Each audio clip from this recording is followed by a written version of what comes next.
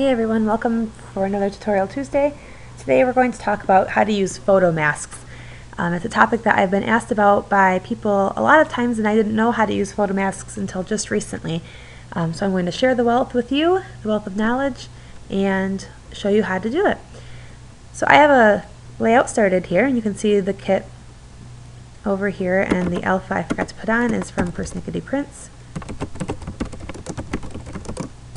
And it's All You Need Is Love. And so obviously I need a photo. And I don't use photo masks a whole lot just because I didn't know how to use them before, but now that I do, I can see myself using them a lot more. So I have a tag called photo masks, and I have my photo masks tagged, and I have a few of them here. I'm going to pick one just kind of randomly to use. Let's do this one. So we'll add it to the page. I'm going to make it a little bit bigger so my photo can fit in there, and kind of center it here maybe, and drop it down underneath a couple of those. Alright, so now I need a photo in there, and if you go to your photos and kind of click and drag over, you'll see that it's not a live spot. Like my papers are live, I can drop it in there, I can drop it in down here, but this is not a photo box. It's not something that you can just drag and drop your photo into so that you can then zoom and recenter and things like that. It doesn't work like that in Storybook Creator. So if you want to be able to put a photo in there, you can click on this arrow if you have this layer selected over here and say fill a selected element with this photo. And it will put your photo in there.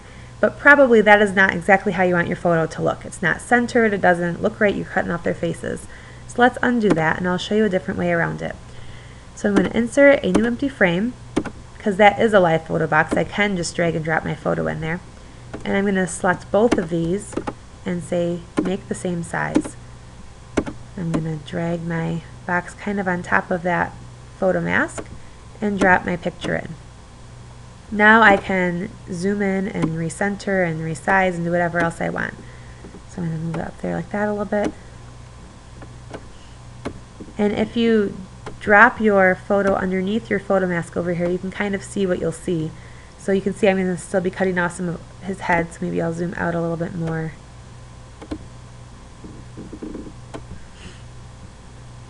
Okay. Once you're happy with how the photo is, you can always come back and undo this and redo it later, but once you're happy, you're going to right click on your photo and say Save Selection, Export to Image File, save it as a JPEG, and just pick a spot that you'll be able to find it. So I've got mine just going on my desktop. I'm going to call it Chloe and Owen, and save it with high quality because you're going to want to print this. And now it's saved, and it's saved this picture exactly like this. It's going to be like the square instead of the normal. If I were just to drag and drop this photo in here, the photo has this shape. So I'm saving it as this shape photo. That way when it fits it into my photo mask in a minute, it will be just how I want it. So I'm going to delete that now. I don't need it anymore. So now I can go to my layer here. I'm going to click it and I'm going to say cut and fill with the paper. It doesn't really matter. Paper photo from my computer. And from your desktop then, because that's where I saved it, I'm going to find Chloe and Owen and open. And it will put that picture in there. And now it's centered. I can see their faces. It's perfect. To set it off a little bit more, I'm going to add another photo mask just because I'm having fun playing with them. So maybe we'll add this one next. And again, it needs to be a lot bigger. So it's going to kind of be the mat for that photo maybe. Let's drop it down underneath the photo. And you don't have to fill photo masks with photos. They can be filled with paper. You can fill them with a solid color. I have a paper over here that I like. And I imported it as a photo just because I don't have it imported into my program yet. But I'm going to click on this and say fill that element, and it will fill that black masks with that pink paper. Just something a little bit different. Not something I use on my layouts every day, but I like how it looks. And you can play around with it. You can see if adding a shadow is what you like. I don't like them with shadows, but you can try it out. You can make things different sizes. You can stretch them out a little bit, however you want. Don't want to stretch that photo one though, because that'll distort their faces. But grab the pink one and you can maybe make it a little bit bigger, move things around, get it just how you want it. So that's one example of how to use a photo mask. Let me save this quick and I'll move on to the next example.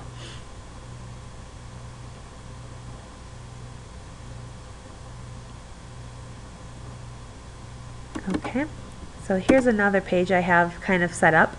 My daughter with her tooth that she pulled out, and I don't have my journaling entered in. This is the Rainbow Love Kit from Albums to Remember. But I want to add a little frame around my photo here. And when I was looking at my photo masks earlier, I noticed that I have one that has like an empty middle. So when I add this to the page, it keeps that center transparent like that. So if I were to try to fill this with the photo, so if I go to my photos and I say fill the selected element with this photo, it's not going to use that middle, it'll just fill in the black parts.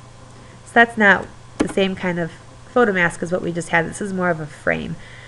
So with this one I can just fill it with a color, fill it with a paper. I'm going to move it down so that it's with my photo. And I'm just going to fill it with like the green from the outside. So I'm going to go cut and fill, color, and I'm just going to pick maybe this darker green. So again, that's not really a photo mask like we would normally think of a mask, but that's an example of what you could do. And you can add, like I said, play around with the shadows and see if you like shadows a little bit. That one pops a little bit. You can play around with the opacity of your photo masks right here. If it's a little bit too bold for you, you can knock it down a little bit, make it look a little bit more see-through. It's up to you. But what I think you're going to do most is what we did in the first example. So I'm going to walk you through that one more time. So here I have a piece of paper and I'm going to just throw a photo mask on. Oops, photo masks. Let's do this one. I'm going to make it a lot bigger. Hold down Shift so you don't warp it out. I'm going to make this one go right across the page. And maybe I'll fill this one with paper. So let's go to find a kit. Do this.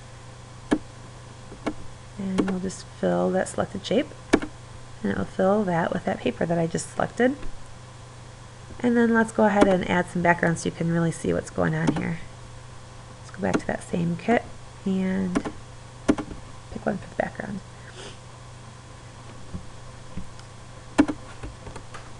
So there you go, and you can see what we have going on. And now at this point, if you wanted to, you could insert like a frame across the middle there.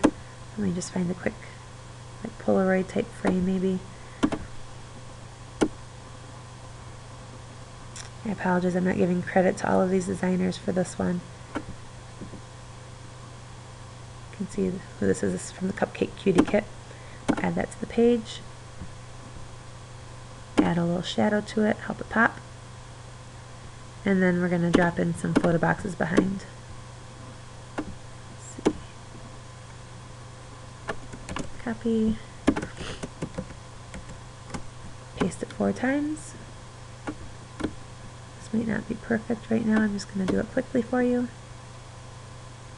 We'll move this frame on top. And then you can drop your photos in. These photos probably aren't going to really coordinate much, but that's okay. Let's see.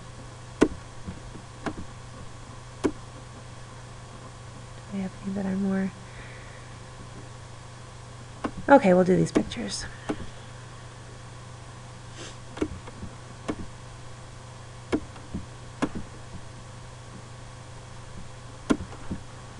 And so that's a nice start to a page. It's something different. That background, that little strip across the middle really kind of sets the page off and makes it look a lot different. You can even add, if you wanted to add another frame to help that photo frame pop, you could do that. Drop it down underneath. Fill it with whatever color you want or another paper. I'm just going to pick this just to be easy and quick. And you can keep playing with it. You could give that a little scalloped edge or something like that. But play around with it. If you wanted to instead, let's undo some of this. If you wanted to fill that mask, instead of filling this mask with this paper, if you wanted to fill that mask with a photo, we can do that too, and I'm going to walk you through that one last time and then we'll be all done. So let's get rid of this mask with the paper because we don't need that. And let's go back over here and grab it again. Let's make it big. We're not going to make it as big because I don't want it to go off the page this time. Okay, and then we're going to insert an empty frame. Click on that and then click on your mask and say make same size. Alright, position this over your mask so you can get an idea of where your photo will be. Go to your photos, drag and drop one in. I'm going to zoom it in and reposition it. Like that. Let me hide this for a second because watch, if I just click on this and then select that photo and say fill that element with this photo,